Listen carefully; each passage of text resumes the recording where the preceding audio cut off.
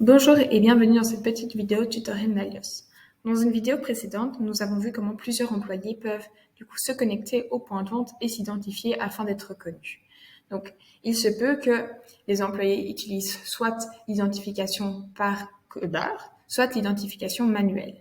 Cependant, l'identification manuelle permettrait à des employés de s'identifier sous des noms qui ne sont pas les leurs. Donc, par exemple, nous avons un manager et un employé. Le manager a des droits que l'employé n'a pas, donc il ne faudrait pas que l'employé puisse se connecter comme étant le manager sur le point de vente. Pour ce faire, nous allons voir ensemble comment on peut paramétrer Odoo. Donc tout d'abord, il faut se rendre dans l'application employé. Depuis l'application employé, on va prendre un de nos employés qui a la possibilité de se connecter sur le point de vente. Donc imaginons que nous prenons John. John est un manager et lorsque l'on se connecte avec son employé, il faut vérifier que c'est bien John en question qui se connecte. Comment faire?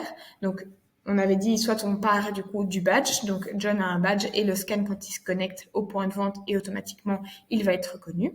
Cependant, il faut également que si l'on le sélectionne manuellement, un contrôle soit effectué. Et là, on va utiliser ce qu'on appelle le code PIN sur la fiche employée et donc John va pouvoir configurer un code PIN. Donc imaginons que son code PIN c'est 3434. Je vais sauver les modifications et ensuite je vais me rendre dans mon point de vente. Donc je vais ouvrir une nouvelle session et donc là j'aurai la possibilité soit de scanner, soit de sélectionner manuellement John, à savoir que quand je vais sélectionner manuellement John, je vais devoir rentrer le code PIN afin de m'assurer que c'est bien John qui est en train de se connecter. Donc si je sélectionne le code PIN 3431, imaginons donc un code PIN erroné, Odoo va me dire attention, le mot de passe est incorrect. Du coup, je vais recommencer et je vais prendre John, mais cette fois-ci, je vais mettre le bon mot de passe, 3434, et je vais faire OK. Et voilà, je suis connectée en tant que John sur le point de vente.